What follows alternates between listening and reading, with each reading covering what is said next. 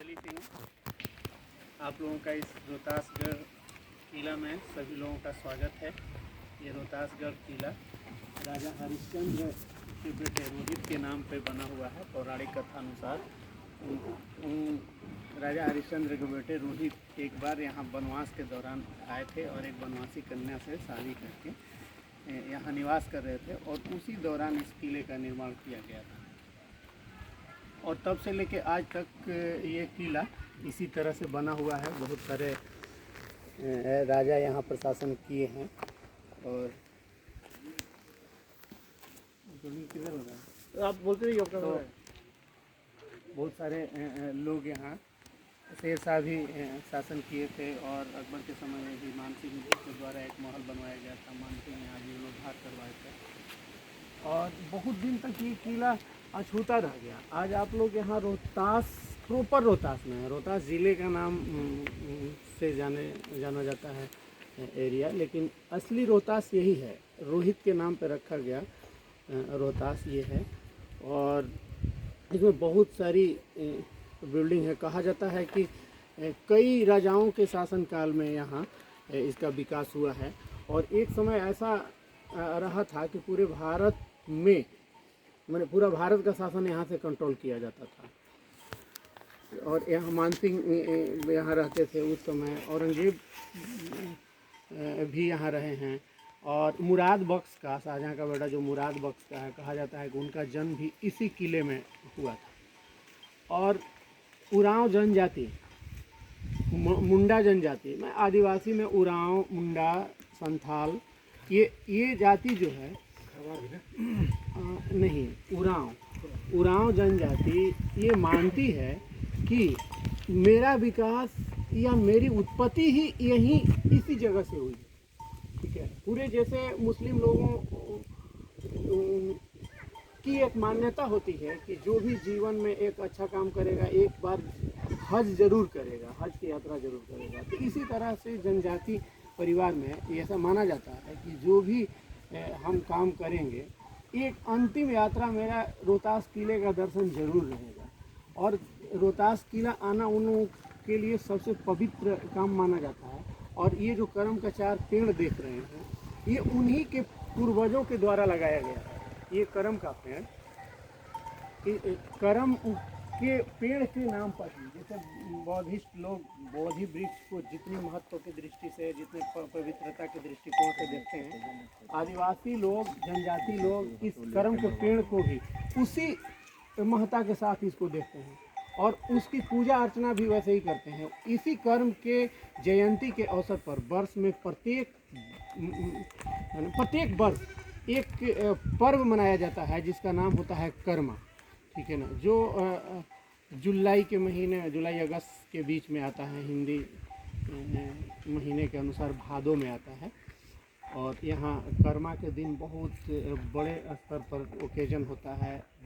झारखंड से और छत्तीसगढ़ से बहुत लोग यहाँ, उरांव समुदाय के लोग यहाँ आते हैं और कर्मा को सेलिब्रेट करते हैं। इसमें यहाँ के आदिवासी जो महिलाएं हैं वो नृत्य करती हैं, मानव बजाया जाता है और वो लोग सेलिब्रेट करते हैं।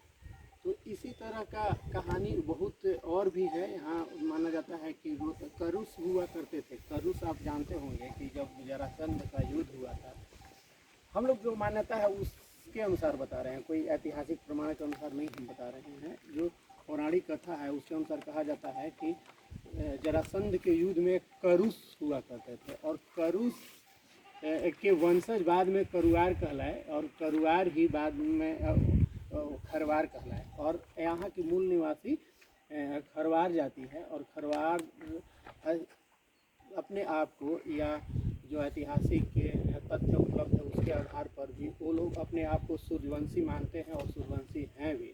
भगवान राम के वंशज मानते हैं लोग कि हम लोग भगवान के वंशज हैं। और इस एरिया में 2 ही जाति की बहुलता है, उरांव और खरवार। और खरवार के कई सारे खरवार राजाओं ने भी इस पर राज किया है और बहुत लंबे दिनों तक राज किया है। शेरशाह से पहले किशन सिंह राजा हुआ करते थे। उन्हीं के शासनकाल के दौरान शेर शाह इस पर अटैक किए थे, हमला किए थे और उस समय जीत नहीं पाए थे।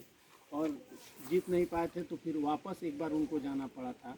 और उरांव, चूँकि उसके पहले यहाँ के राजा उरांव हुआ करते थे, उरांव राजा इस पर शासन करते थे, तो उरांव के द्वारा भी खरवार राजाओं का विरोध किया जाता था और शेर शाह जो थे उन पर भी, उनके द्वारा भी हमला किया गया। दो तरफा खरवार राजा घिर रहे थे यहाँ।